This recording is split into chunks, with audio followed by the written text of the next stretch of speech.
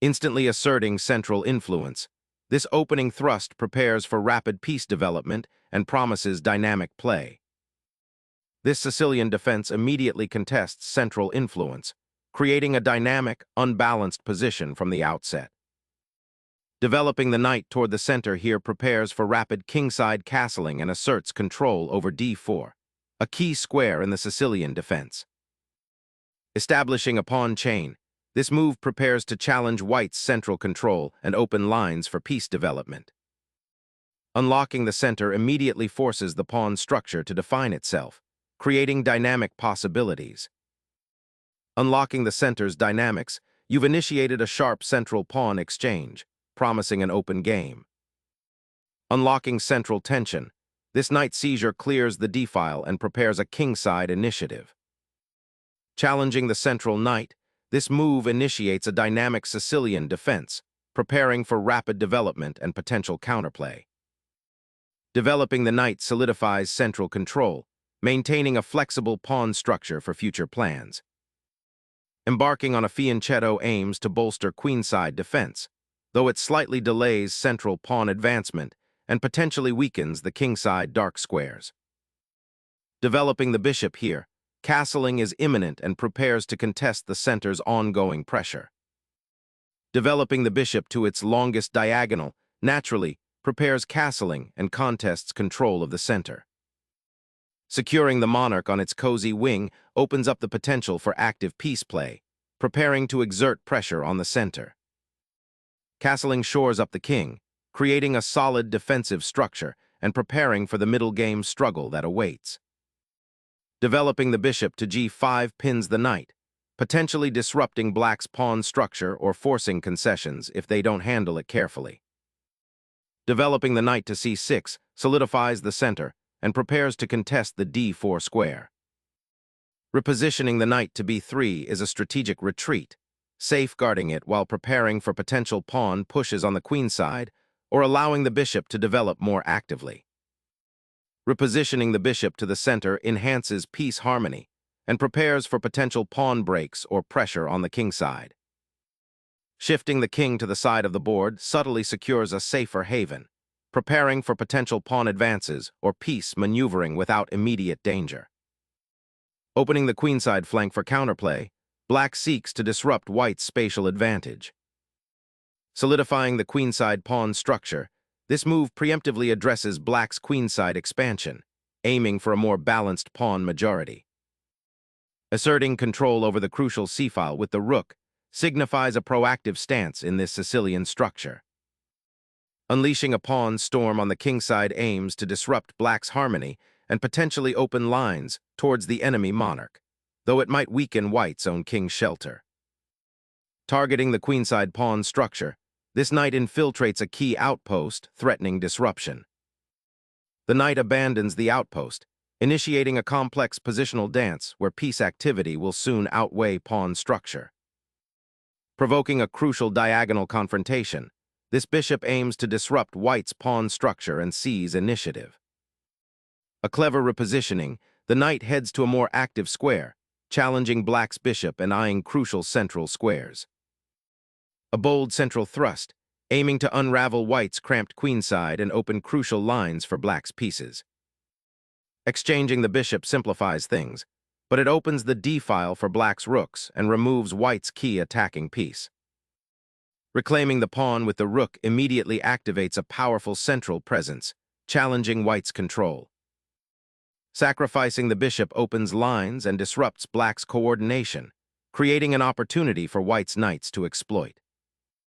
Reclaiming the pawn with the bishop solidifies black's central control and initiates a more active counterplay down the semi-open c-file. Opening that central file can disrupt black's pawn structure and create attacking chances. Reclaiming the pawn with the queen creates interesting diagonal pressure towards white's king. Centralizing the queen now eyes vulnerable squares and prepares for potential pawn pushes. A daring sacrifice, sacrificing material for open lines and initiative against white's slightly misplaced knights. Unleashing the d-pawn aims to exploit black's centralized queen and create a dangerous passed threat, potentially fracturing their pawn structure. Seizing the open file, black initiates a dangerous sequence that could unravel white's central control and expose the king. Recapturing the rook on the king's file immediately shores up white's central control and prepares to pressure black's weakened structure. Securing the queen's position on d8, black opts for a defensive posture, anticipating white's intentions while keeping the king relatively safe for the moment. Concentrating force along the open d-file aims to sever black's defensive connections. Finally, black breaks open the center, directly challenging white's advanced pawn and aiming to activate their queen into the game. Seizing the open file offers the king a precarious perch, but unlocks attacking potential. A courageous gambit for counterplay, this queen sortie aims to disrupt white's rook on the open d-file and challenge the central pawn structure. Exchanges simplify, opening a clearer path toward a rook and pawn endgame where black's isolated pawns might become a target. Securing the central pawn allows for a more harmonious piece deployment, but relinquishes the vital diagonal. Anchoring the rook on the 7th rank severely restricts black's remaining pieces, aiming to simplify towards a winning pawn advantage. Reclaiming the central files is paramount now. Bolstering central influence, this knight boldly enters the fray to contest the d-file and I-potential skirmishes on the queen side. Seizing a pawn, black initiates a daring pawn grab, though it potentially overextends their material advantage and risks pawn weakness. Securing the queenside pawn majority, but potentially overextending the c-pawn's reach. Boldly challenging the c3 pawn, black reestablishes central influence and targets the exposed knight. Seizing the b7 pawn with the rook might seem tempting, but it opens up a crucial file for your opponent's counterplay. Reclaiming that central d-file now offers a chance to coordinate pieces and target white's vulnerable pawn structure.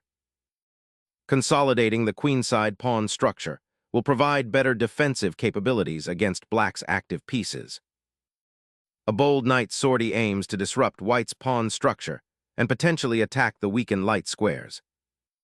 Safeguarding the king's sanctuary amidst the storm, this maneuver prepares for potential future threats. Challenging the knight on e4 opens up central lines and hints at a desire to activate the kingside pawn structure. Forces the black king into a precarious position, potentially opening lines for attack. Consolidating the king's position here is prudent, preparing for the likely exchanges and potential endgame challenges.